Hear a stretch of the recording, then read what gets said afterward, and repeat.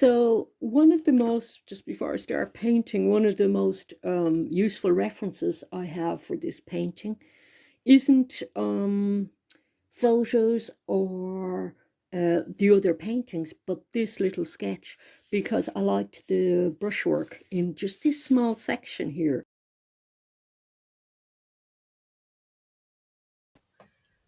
So it's day 2 of this painting. Day 3 really, because I started it on a live stream, but I have one video upload of a session doing this painting.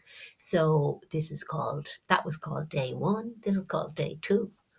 Although it's the third session. So today, what I'm hoping to have happen is get my main color established, which is green, because it was a color scheme that was had 3 colors going in it, and green was kind of the main color around which the other colors, the split complementary colors, 2 of them revolve. So there's an orange, a red orange, and a violet in it as well, a red violet. But the green is how I picked the colors, and it's the main color. And what I'm looking for today, and as far as I'm really looking for an end result, because things go off in other directions sometimes, um, is a lyrical quality to the painting. It's a painting about spring trees, and about a particular place, which, if you've been following the previous video and even the live stream, I tell you about what the painting is about.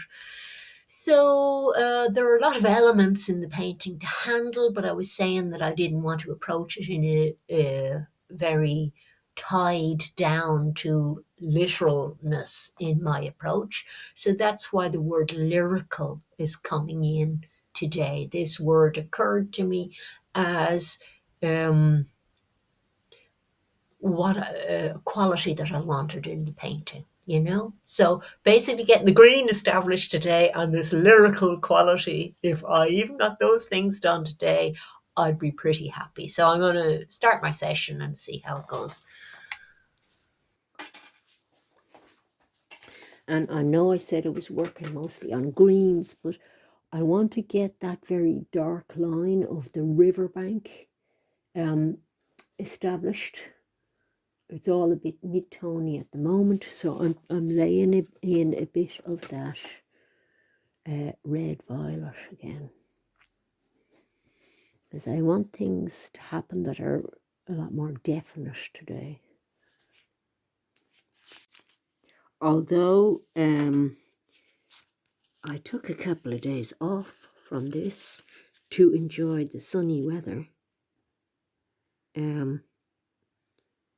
it hasn't really completely dried, which is kind of a pity, because you get wonderful effects if you drag the paint over an area like that, because you still get the color of that paint showing through. I'll try it, but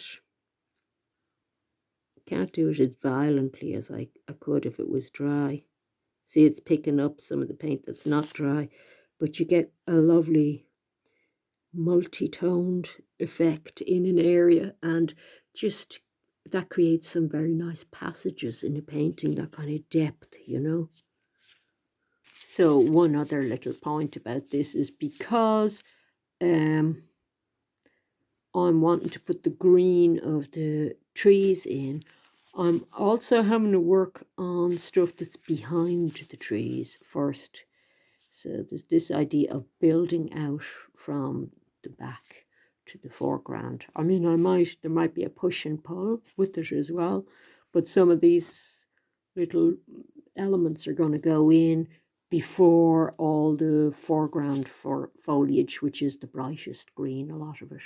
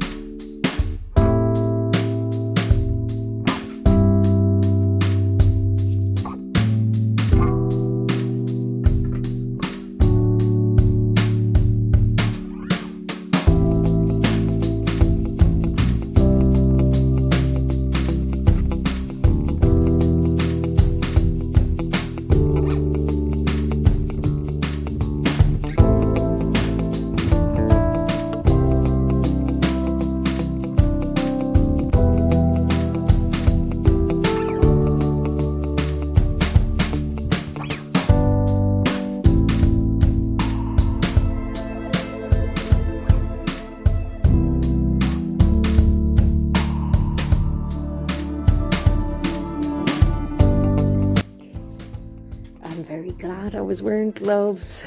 I had another tube burst. That's something I don't like about these big tubes. They're always bursting in the middle and I have to tape them up.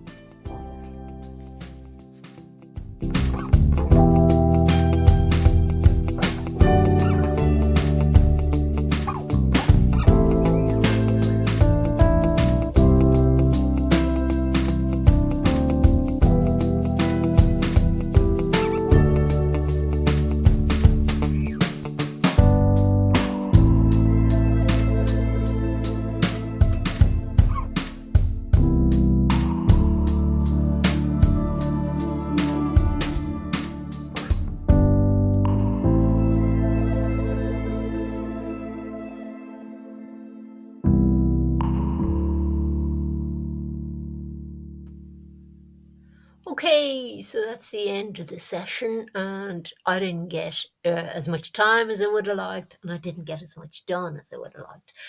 But it's still going in a nice direction, and I haven't got the greens completely established yet. Because I was building it out from the back, I just didn't get time to get a lot of the foreground greens in.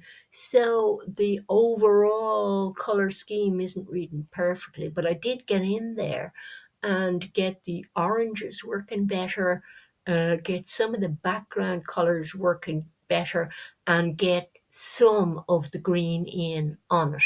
So all those colors have to work together in order for it to have color harmony, and that's part of moving towards this lyrical idea that I have about the way that I want to paint it, and the way I'm thinking about it. And it's got a kind of a ghostly element moved into some of it today, just from the brushwork that I quite like. So I like that ghostly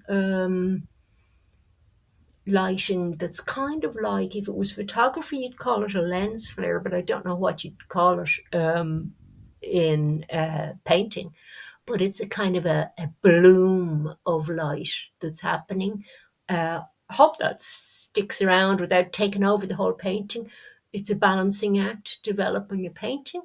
So we'll see how it develops the next time. I'll leave it, go off, have some dinner, uh, you know, look at it a little bit between now and the next session.